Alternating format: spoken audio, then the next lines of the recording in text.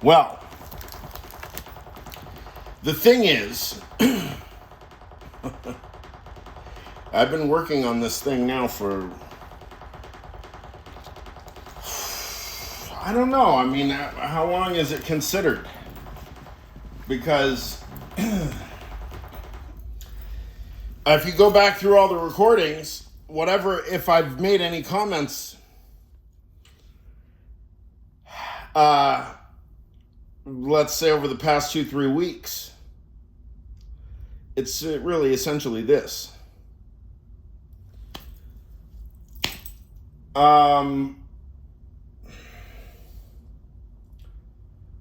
What's going on here? Well, it starts with the quadrature LFO.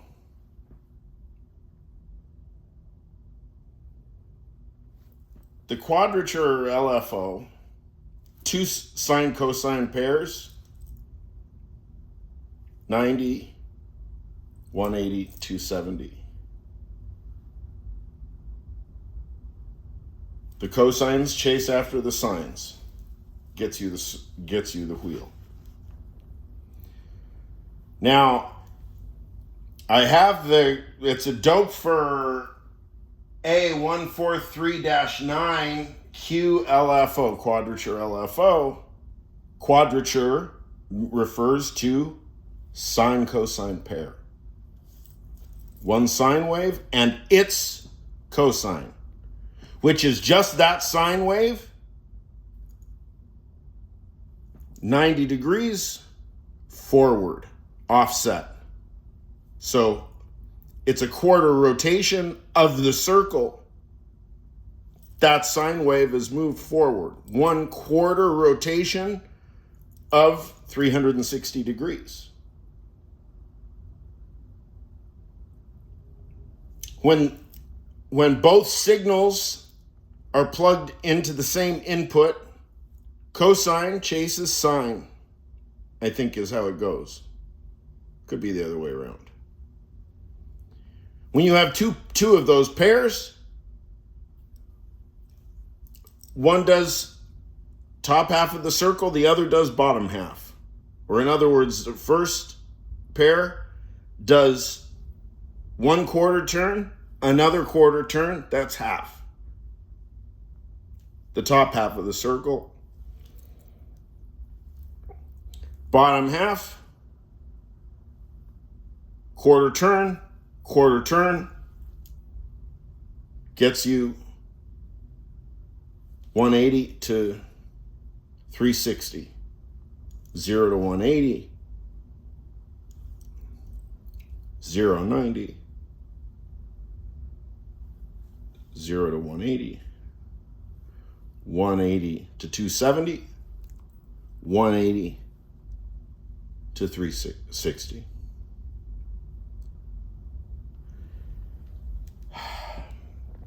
This is my clock. I use quotation marks because the clock, it's like a spectral clock. It's a circular spectral clock. When I say spectral, this is what I mean. I have the 4 outputs of the quadrature LFO going into that. Am I pointing it right, correctly? Yeah. Leon. That's the matrix connections, the instruo Leon matrix connections.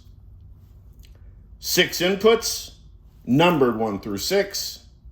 6 outputs, lettered alpha, beta, gamma, delta, epsilon, zeta. 6 outs. This is perfect for just intonation because apparently people such as Pythagoras didn't use numbers. They used letters and angles.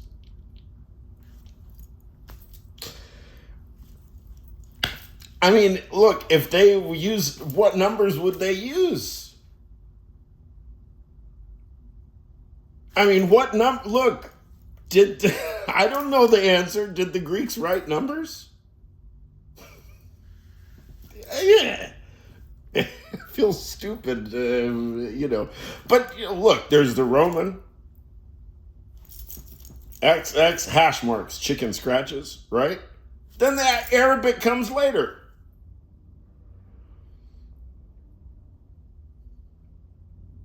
So what written characters did the Greeks use for numbers? It's something so obvious. I'm blanking.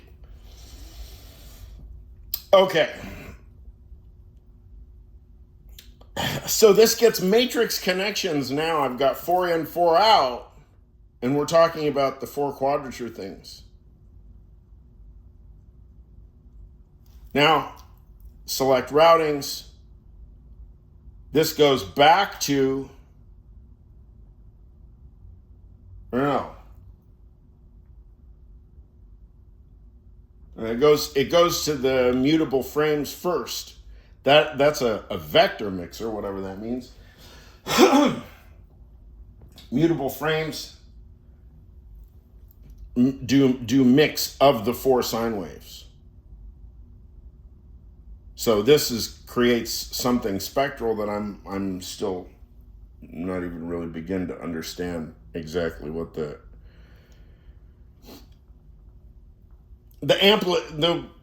way that amplitude becomes frequency modulation and this sort of thing. If I've known it, I've forgotten it. Anyway, so got control over these 4 sine waves. And that's that's the foundation.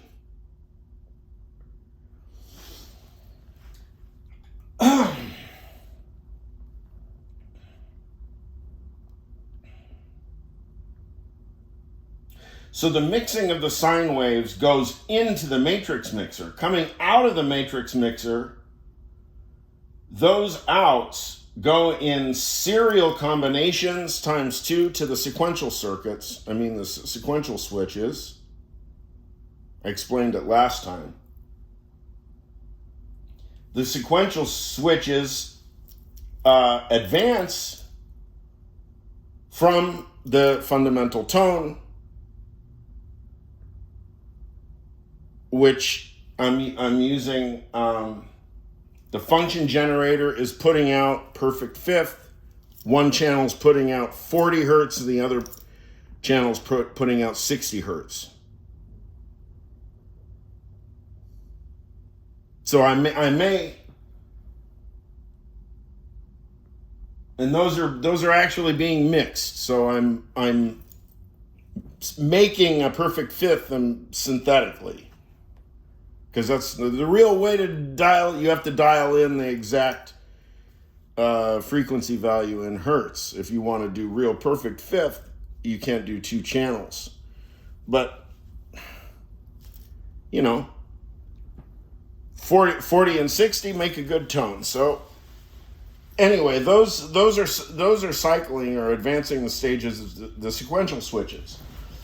I've already described the essential modulation scheme. The rest is I'm taking an array of your standard waveforms out of a couple of oscillators, and I'm looking at those on the screen of, what is that, the Mordax data thing.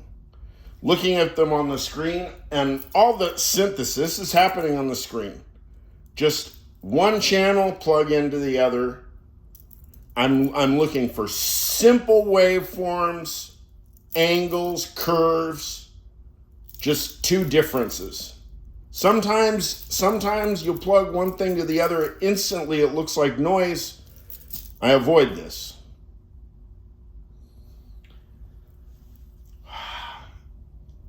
From there, I've already described really the other only real essential part to describe is the LR, MS, LR units, of which there are 2.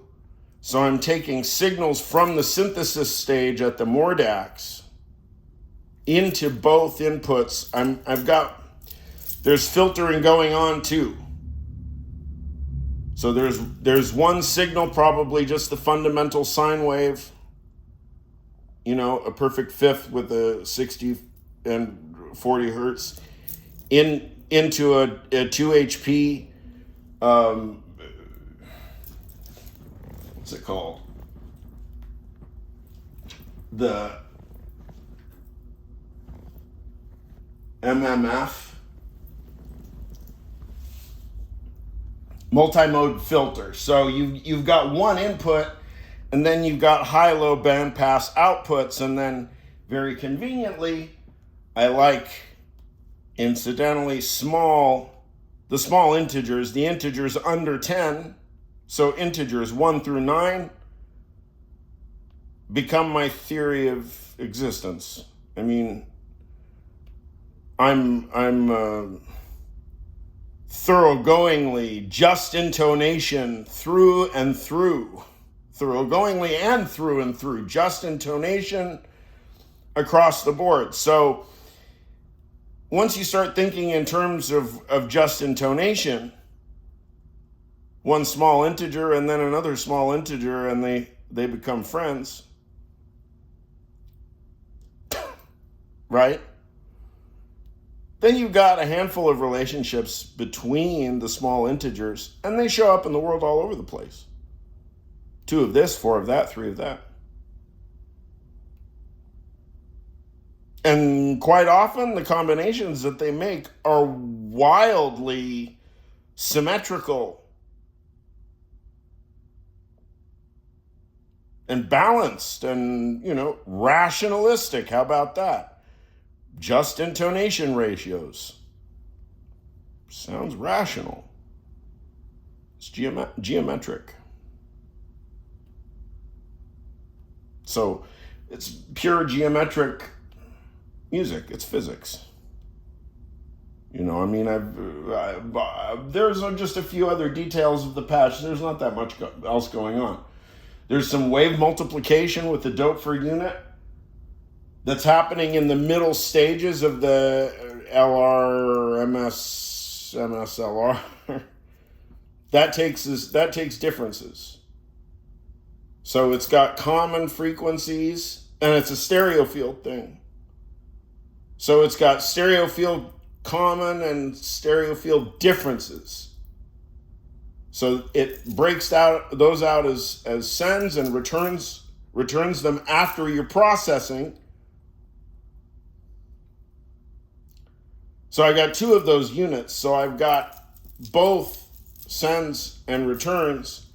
One's going through the dope for wave multiplier. The other Warren LR-MS MSLR unit is going through the Rastafarian delay box, the dub machine. What is it called? Junior Varsity Rastafarian? No. Synthesis Technology E580 resampling mini delay. That's my junior varsity version of a Space Echo, because no Tango Space Echo. So really, there's standard waveforms. Everything's at unity. You've got a sine wave. You've got a couple of saw ramp waves. You've got a couple of triangle waves. I'm telling you, that's all. I've described everything. I could write a paper about it. Nobody would read it except 2 specialists. I don't know what they'd do with it. So I am trying to encourage the formalistic transparency of academia into the world of, urban and underground club and dance and techno music, because we stagnate. We stagnate when we keep our secrets. It's not about the secrets. It's, yes, I'm gonna use cliche. Watch out. Should I say it? It's not about the secrets. I won't say it. You fill in the blank. Okay, I've already given you my account of the experience you're about to have, so you've got context. I've already given you an account of all these.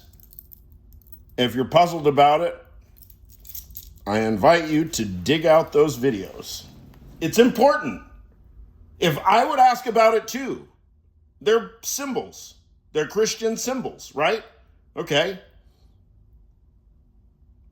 I'm not asking you to subscribe. I'm not asking you to do anything. But if you really want to know what's up with the Christian cross around my neck, then listen to other shit that I talk about. Thank you.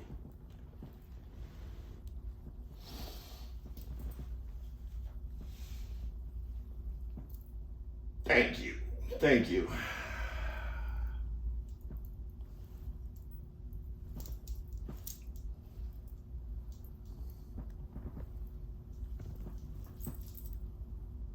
Okay, now this, believe it or not.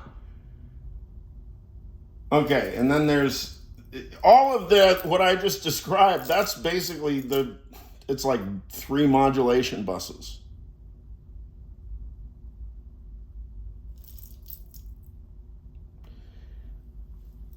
That comes into a mixer, a 4-channel listen 4 or 4MS listen 4 mixer.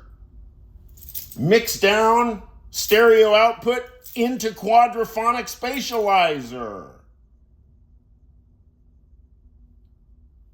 Right? So you've got post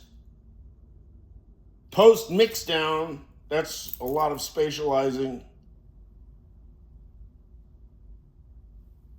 What else was I going to say? So the only real independent signals that are being used are 2 drum outputs from the Taiso Daiko. That's ALM busy circuits. Literally, that's all that's happening. 2 drum sounds.